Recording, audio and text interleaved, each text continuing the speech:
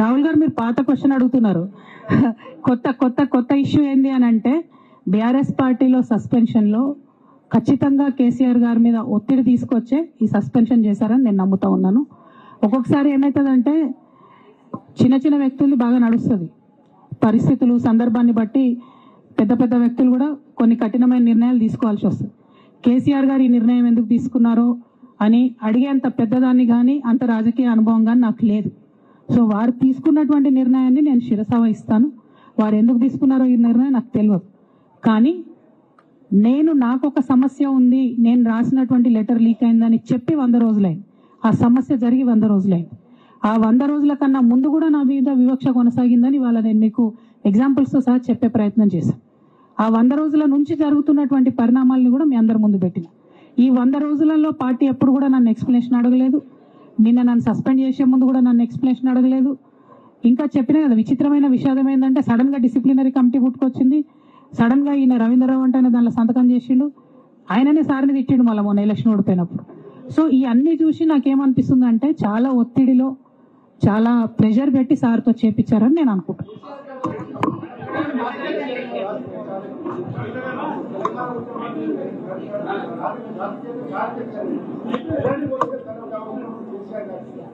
Right.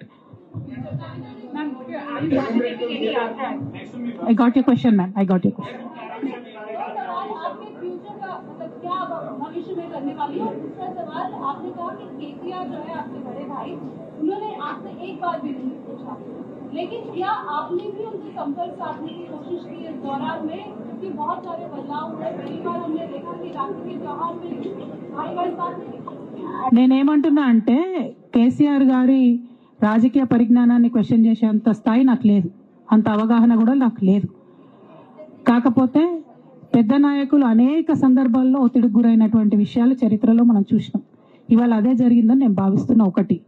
2, నేను ఈ లేఖ అనేటటువంటిది రిలీజ్ అయిన తర్వాత ఎప్పుడు కేసీఆర్ గారికి కొంచెం ఇబ్బంది జరిగినా, అది కాళేశ్వరం కమిషన్కి వారు పిలుపుకొచ్చినా, 2 సార్లు వారు యశోద హాస్పిటల్కి వచ్చినా, నా చిన్న కొడుకు అమెరికా తీసుకెళ్లే సందర్భమైనా నేనే వారి దగ్గర పోయినా. నాకేం బేషన్ ఉంటుంది, ఆయన మా నాన్న కదా.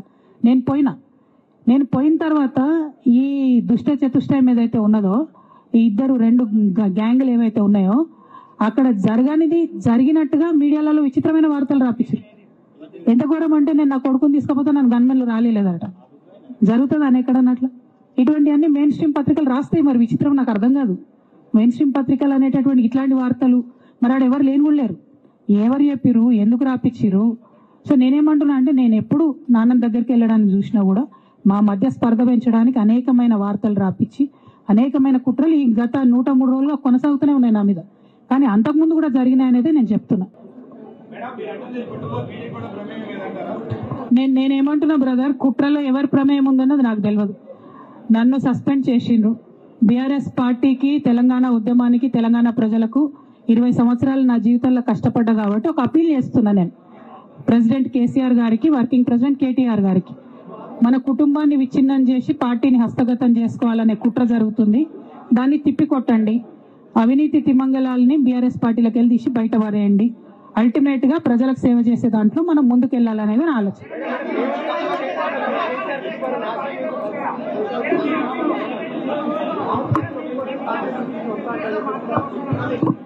ఇక్కడ ఇంకో మాట చెప్పాలి బ్రదర్, నేను నిన్నటి నుంచి పేపర్లలో నేను ఈ పార్టీలో ఏరుతున్నా, ఆ పార్టీలో ఏరుతున్నా అని వచ్చింది. నేను ఏ పార్టీలో కూడా చేరను. నాకు ఏ పార్టీతో అవసరం లేదు. నేను ఫ్యూచర్లో ఏం చేయాలనే విషయం జాగృతి కార్యకర్తలతోని, తెలంగాణ మేధావులతోని, బీసీ బిడ్డలతోని, సామాజిక తెలంగాణ కోసం పనిచేసేటటువంటి అన్ని వర్గాల ప్రజలతోని, అందరితోని మాట్లాడిన తర్వాత నిర్ణయం తీసుకుంటా. కానీ తొందరపడి నిర్ణయం తీసుకునే అవసరం నాకు లేదు. 1. 2, ఏదో నిర్ణయం తీసుకోవాలనేటటువంటి విషయంతో నేను పనిచేయడం లేదు. జరిగినటువంటి పరిణామాలను ఒక్కొక్కటిగా ఎదుర్కొంటూ వస్తున్నాను. నిన్న జరిగినటువంటి పరిణామం చాలా కీలకమైనది, నా జీవితంలో అత్యంత ముఖ్యమైనటువంటి పరిణామం. కాబట్టి చాలా ఆలోచించి ఆచితూచి అల్టిమేట్ గా తెలంగాణ ప్రజలకు లాభం జరిగేటటువంటి నిర్ణయం తీసుకుంటా తప్పితే నా కోసం నిర్ణయం తీసుకోవాల్సిన అవసరం లేదు.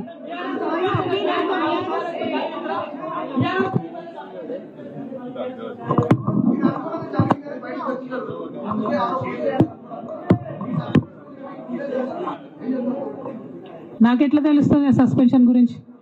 నాకైతే రేవంత్ రెడ్డికి ఉన్నట్టు ఆడ దూతలు లేరు.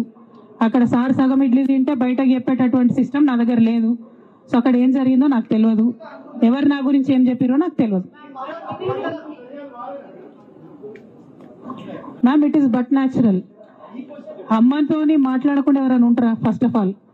సెకండ్ ఆఫ్ ఆల్, ఈ మొత్తం పరిణామంలో కూడా మా మదర్కి దూరంగా ఉండాల్సి రావడమే బాధాకరం. ఇంతకు మించి బాధ ఇంకోటి లేదు. పొలిటికల్ పొజిషన్స్ వస్తాయి పోతాయి, ఇవి ఇవి వేస్ట్. ఇవి అమ్మలేని లోటు ఎవరు కూడా తీర్చలేరు. ఆ ఒక్క బాధ తప్ప ఇంకేం లేదు. ఇది మాత్రం నా ఇంటిగ్రిటీ నిరూపించుకోవడం కోసం నేను రాజీనామాలు చేస్తున్నా. నాకు పార్టీ వల్లనే ఎమ్మెల్సీ వచ్చింది, దానికి రాజీనామా చేస్తున్నా. నేను పార్టీకి నష్టం చేసినాను అని చెప్పి పార్టీ నాయకులు మా నాన్నగారు భావిస్తున్నారు కాబట్టి పార్టీ కూడా రిజైన్ చేస్తున్నా. కాలం నిర్ణయిస్తుందండి. షర్మిలతో పోలుస్తున్నారా, కేసీఆర్తో పోలుస్తున్నారా, కాలం నిర్ణయిస్తుంది. తొందర ఏం లేదు. నన్నేదో అవమానం చేయాలి, నన్నేదో అనాలి అని ఎవరు పడితే వాళ్ళు మాట్లాడే అడ్డమైన మాటలకు సమాధానం చెప్పాల్సిన అవసరం కూడా లేదు. నువ్వు భలే జ్యోతిషం చెప్తావు బ్రదర్. ఒకటి, రెండు, బతుకమ్మ ఖచ్చితంగా సెలబ్రేట్ చేయాలనుకున్నా. యాజ్ ఆన్ టుడే మాత్రం విపరీతమైన బాధ అవుతుంది. ఏం చేయబుద్ధి అయితే లేదు. 2 రోజులు అయితే బ్రేక్ తీసుకుంటా. ఆ తర్వాత ఆలోచించుకొని నా కార్యాచరణ practice.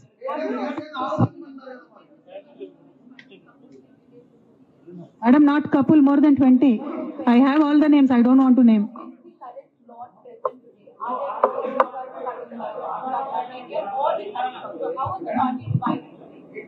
I don't have that.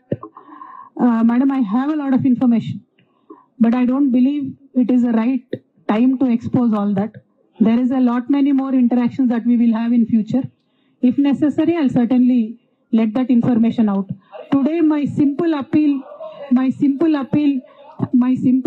to Honorable President of our party is, as you have taken action on me without even asking me for an explanation, kindly take action on the rest of the people as well. That is my simple allegation.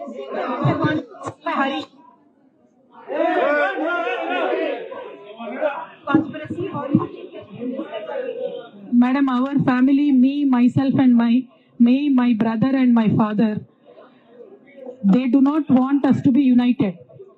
And unfortunately, I believe they are filling my brother's ears and my father's ears.